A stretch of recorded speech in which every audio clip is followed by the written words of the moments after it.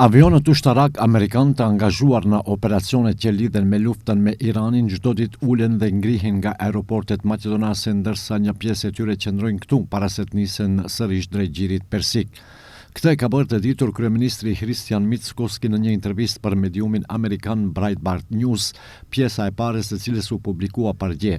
Bëhet fjalë për pjesën e intervistës ku kryeministri flet për mbështetjen konkrete që Maqedonia e Veriut u jep Shteteve të Bashkuara të Amerikës.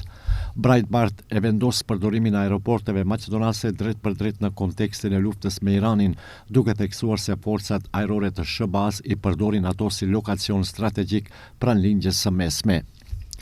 Forcat ajrore amerikane i përdorin aeroportet tona, kështu çdo ditë avion të forcave ajrore amerikane ulen dhe ngrihen nga aeroportet tona. Disa prej tyre i përdorin aeroportet tona për parkim, për pak pushim dhe më pas nisen sërish drejt Gjirit. Kemi qiell të hapur për avionët amerikan, për avionët ushtarak dhe jemi krenar dhe të gatshëm të ofrojmë një mbështetje të tillë për forcat ajrore amerikane, thekson kryeministri Mickoski në intervistë.